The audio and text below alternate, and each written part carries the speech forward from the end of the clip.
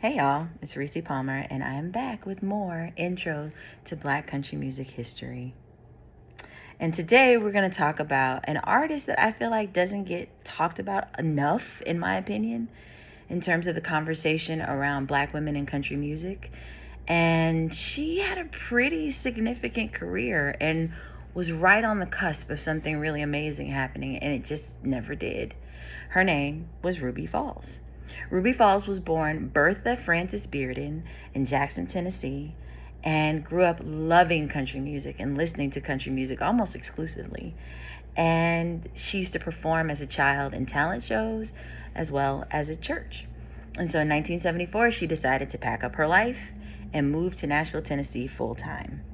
There, she met a man by the name of Johnny Howard, who discovered her and signed her to 50 State Records, which was an independent record label based in Nashville at the time.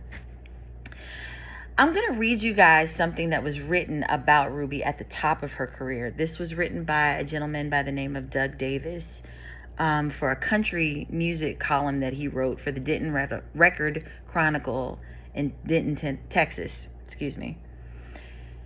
He said, "She is a new sound and swing. The only thing that can keep this gal's style down is the lack of exposure.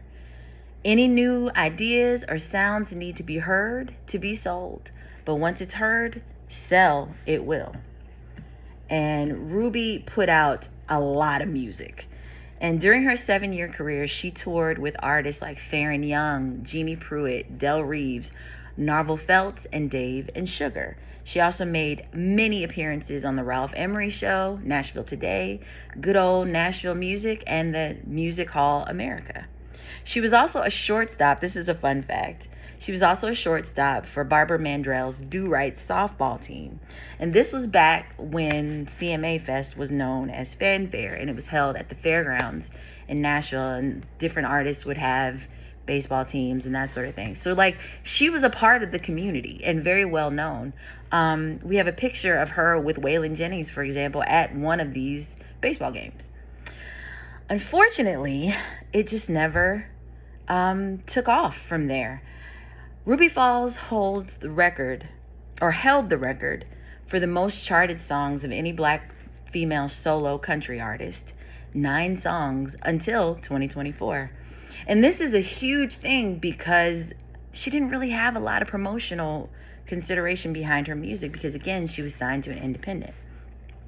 And I'm going to read you a quote that Ruby said about herself and about this journey. "I don't know where the next job is, and the doubt and unbelief, which is in anybody's life, that's the hardest part of anything. Overcoming doubt and unbelief and saying, oh yeah, I can do it. If it takes all my life, I'm gonna do it." Eventually, unfortunately, Ruby left Nashville and she started working in the computer industry. And sadly, she died of a brain aneurysm at the age of 40. Y'all, I want to thank Dr. Kate Nye for sending me over some of the research that she's doing on Ruby for a project that she's working on.